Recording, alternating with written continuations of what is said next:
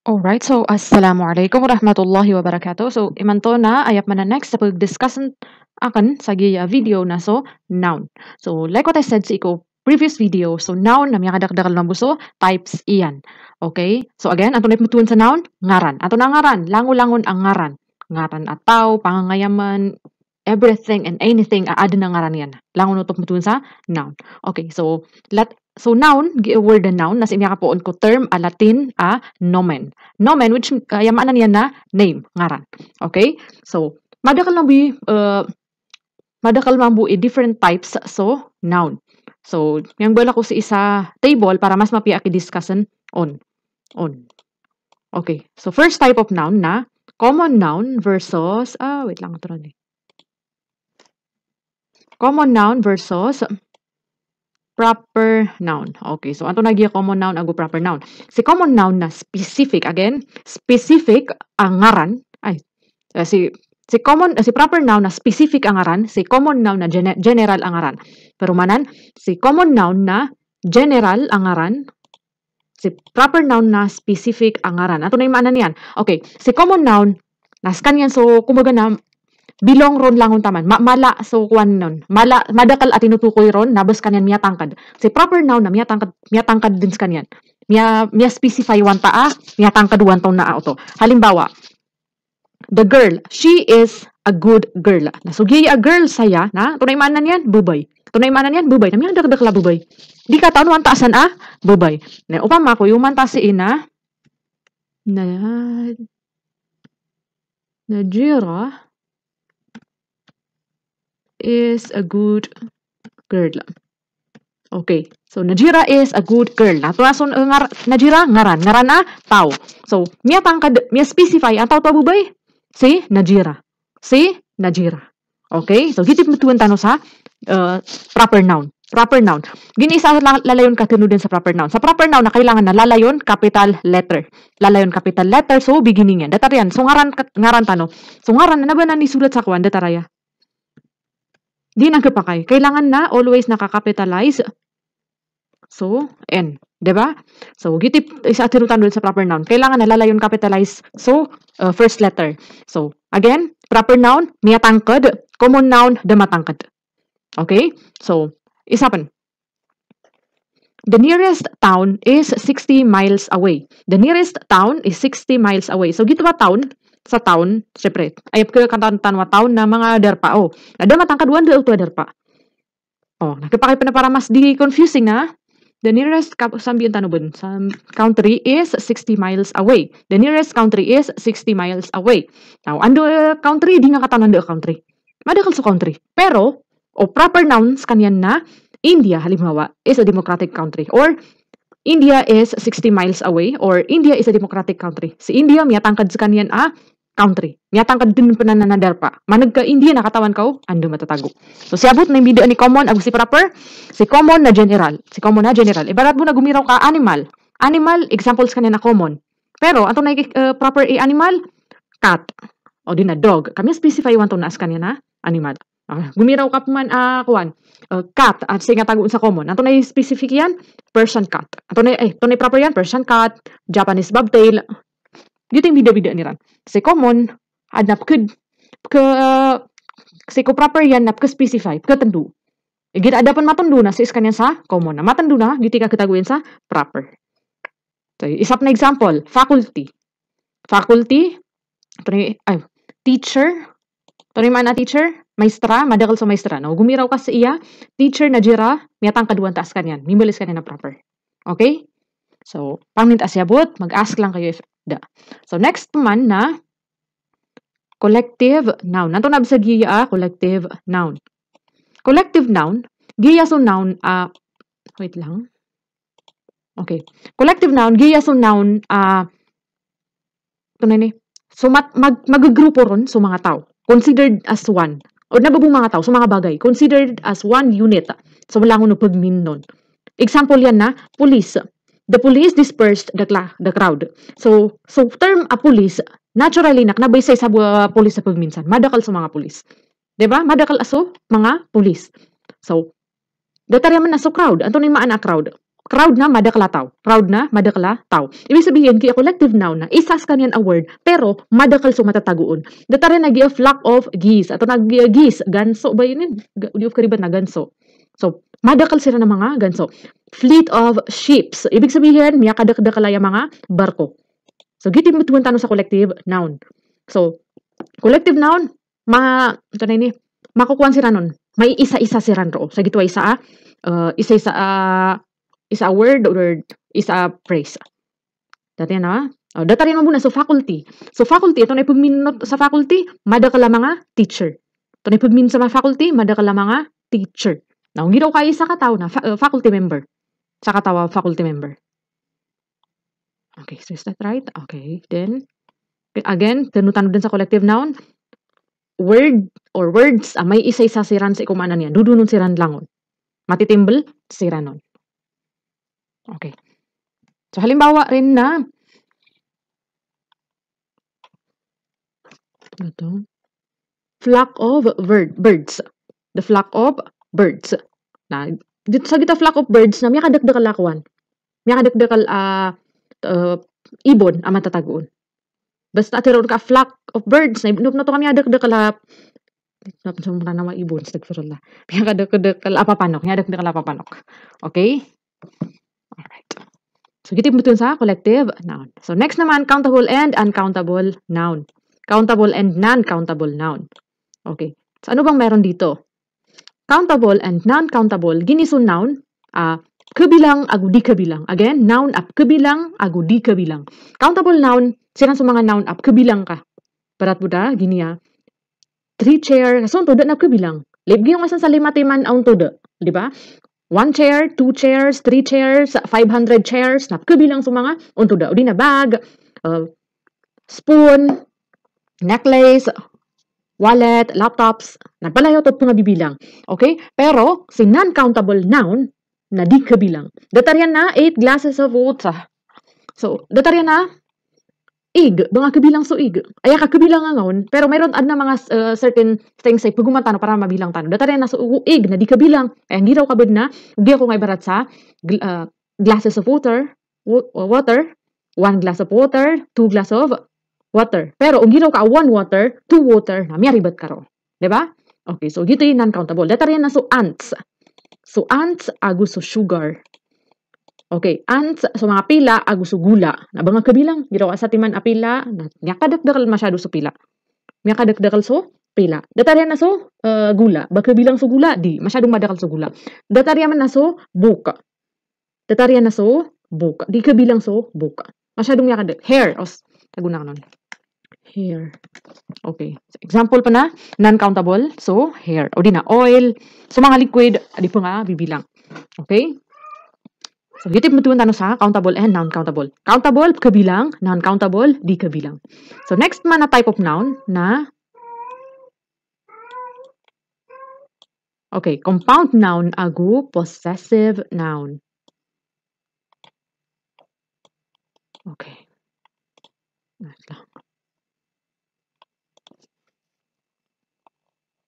Okay, ito nagya compound noun. Compound noun, siran so, 1, 2, or san sa kada kalian a noun up.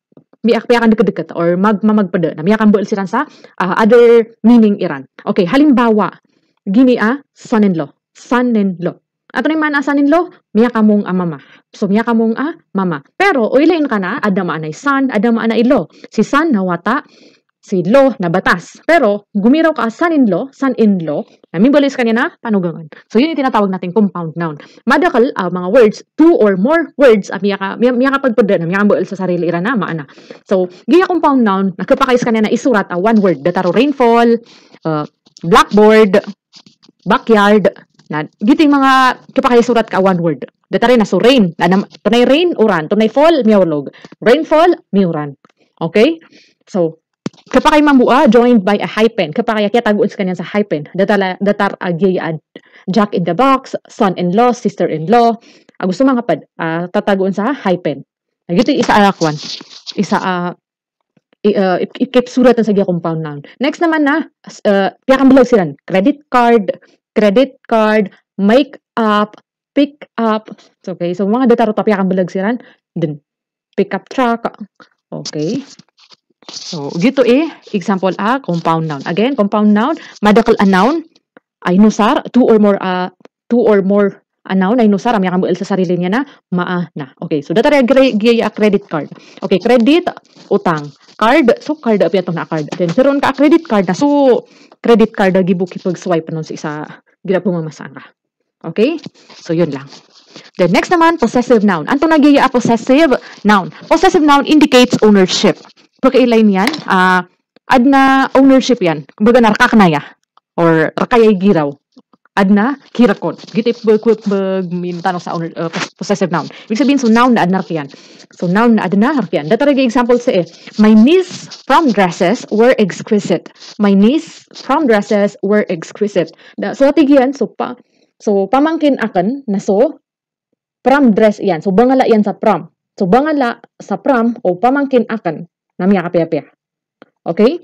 So, ibig sabihin, sige i-announce saya na, adun rak, yan. Ito na yan, so prom dress. Okay? Data yan. The cat's toy. The cat's toy. The cat's toy. So, ito na ando so noun, katan so noun. Ito na noun, gita-gitaan. Okay? Laruan. Okay, so giti possessive noun. So noun na mayroon siyang pagmamayari. Data rin ay yuning guys plushes. Yuning guys plushes. So kung mga gita-gitaan yuning kay mga munika. Okay, so giti possessive noun. So noun na adna rakiyan. Adna pagmamayari yan na din yan dito roon. Halimbawa, the teacher's table. Okay. So next naman, again, compound noun, two or more noun, adna maana niyan. Yang sa sarili ni naman na possessive noun. So noun na adna rakiyan na gamit apo kailan yan. O di gamit na apian to na basta arkiyan. Basta yan. Okay. The next naman ay concrete versus abstract noun. So ma'am, ano ba tong concrete at saka abstract? Wait lang. Alright.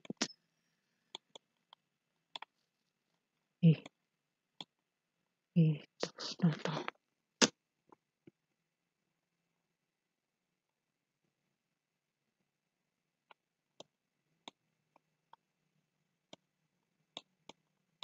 Okay.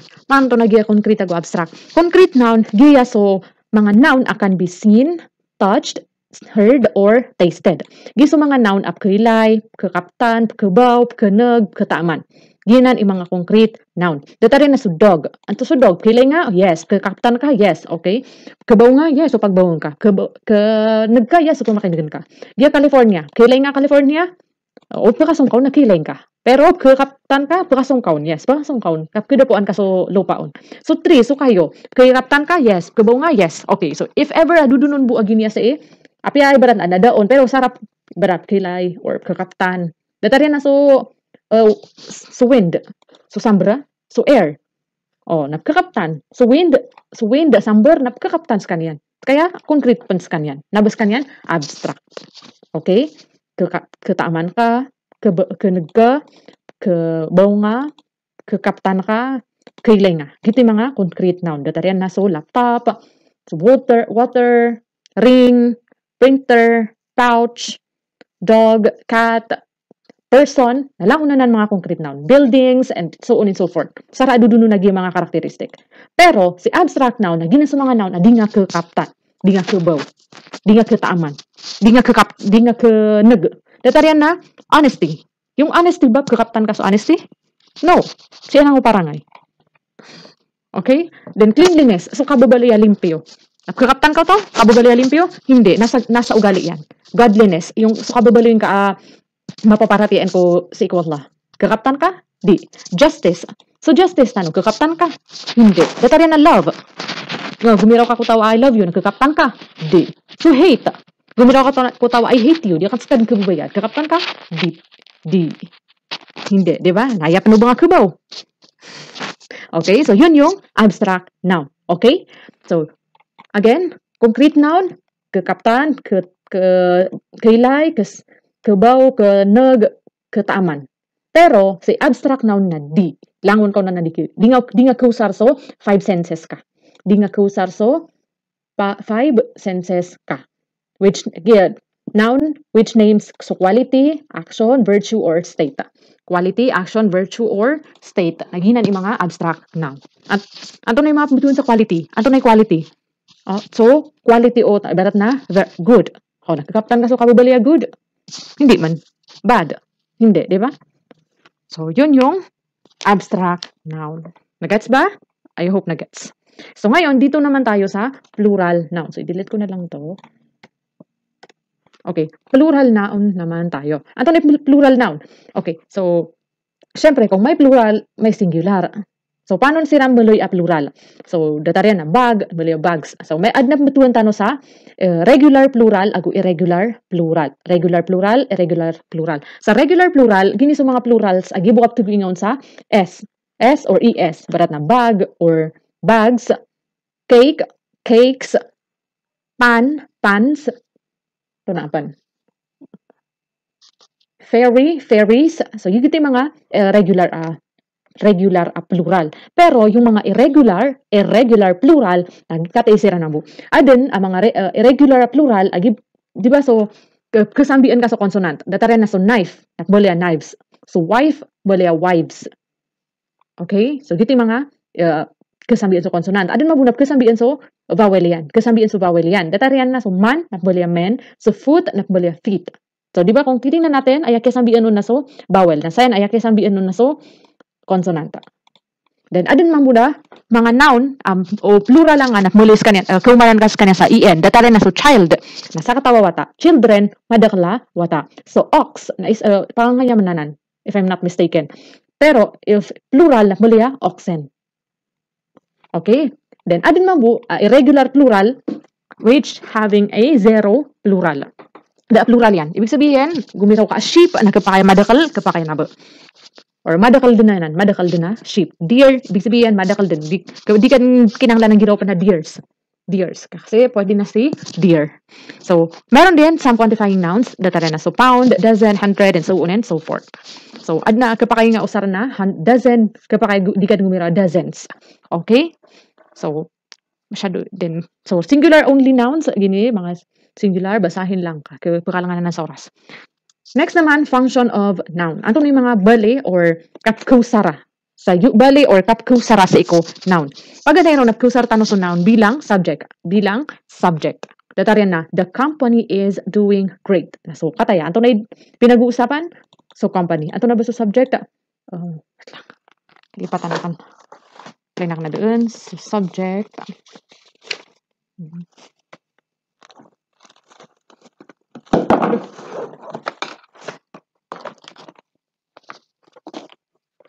Is, hindi ko tanong. Okay, ito basta subject. Okay, ilipatan sa Arabic term sa subject. I'm so sorry. Okay, so subject. Okay, Emily, so pinag-uusapan. Sila sa topic. Emily and Jane are best friends. So si Emily ag si Jane sila ni subject. Then plants. Plants ayat man subject. Okay? Alright, so mubtada. Mubtada is the subject, diba? Mubtada in khabar. Alright, so next naman ay direct object. Anto nagyo direct object?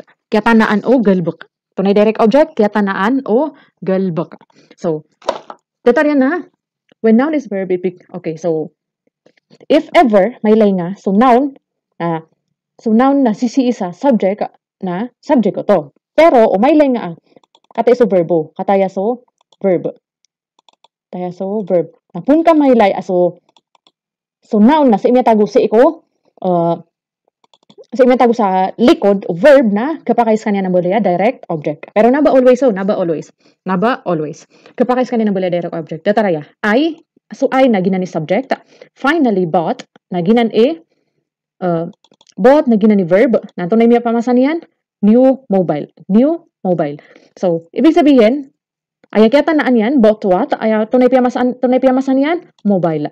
So, giti direct object ano. Giti kaya tanaan galbuk yan. Kaya niya pamasan yan.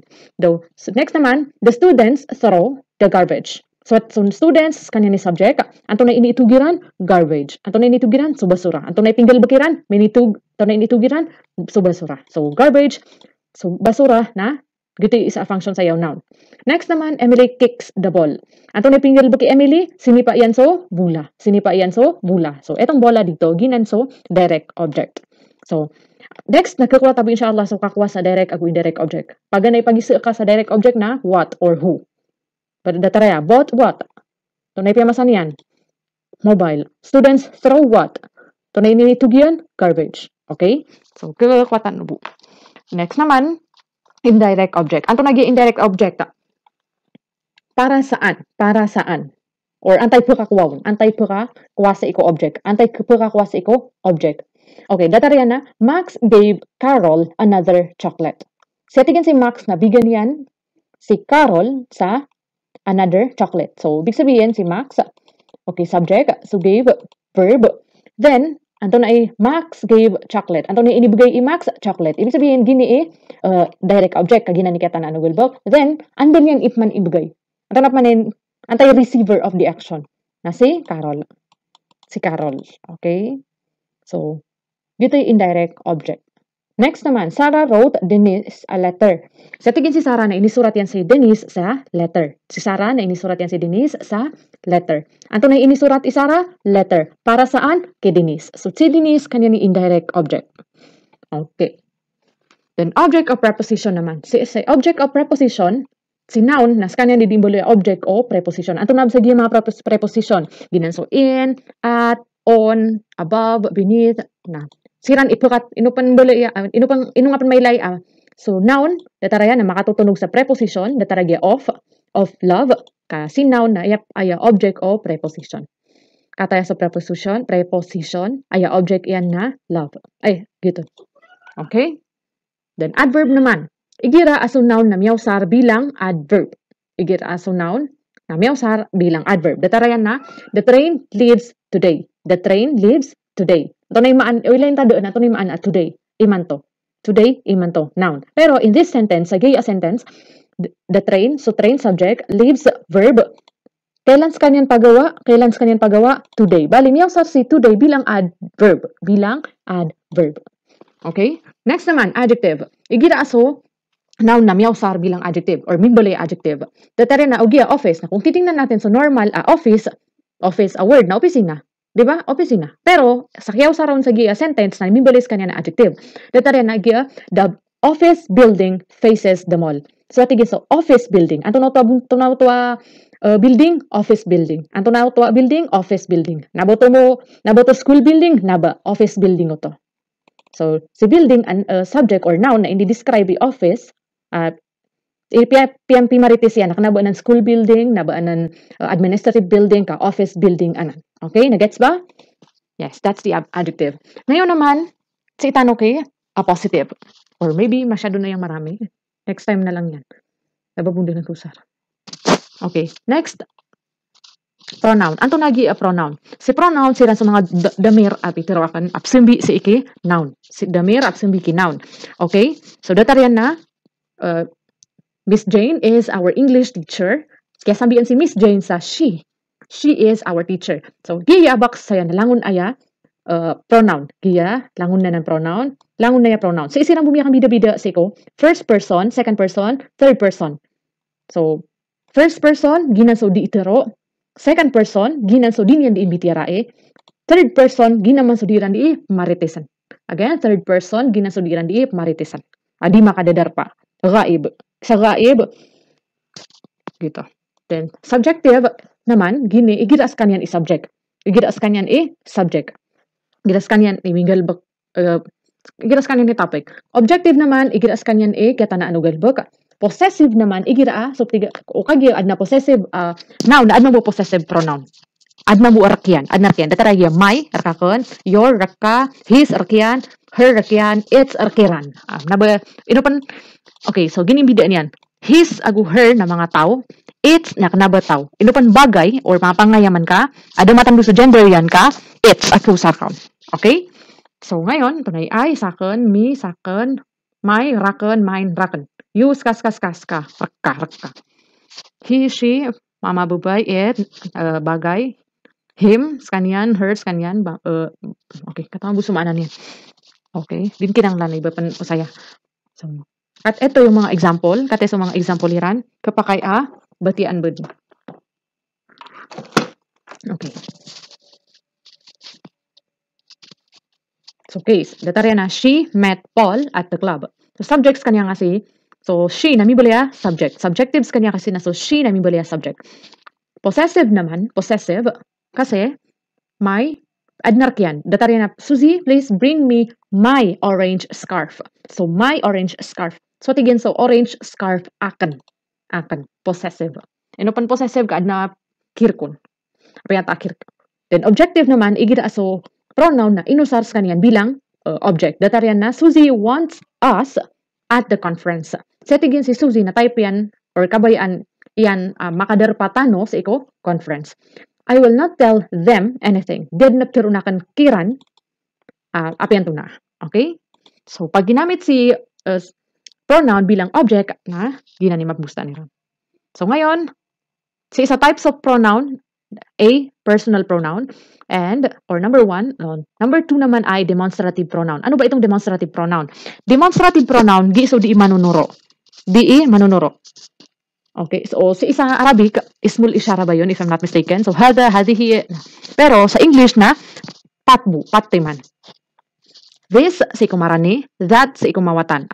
Singular, satiman. These, sa ikumarani, those, sa ikumawatan, plural, madakal.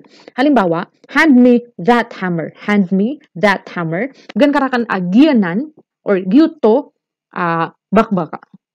Bisabihin sa ating man buo, bakbaka. Pero, o ayas ta si iusar na, hand me those hammer.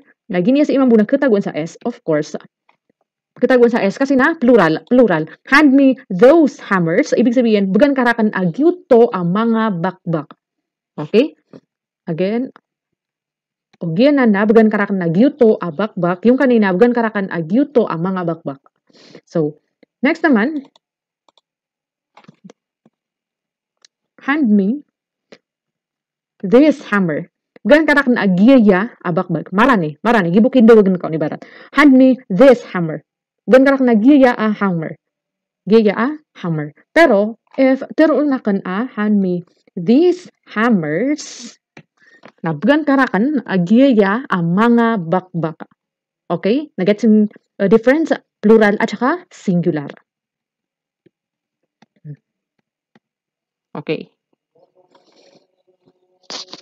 So next naman, reflexive and intensive. So maybe sa next discussion na, masyadong marami yung plural.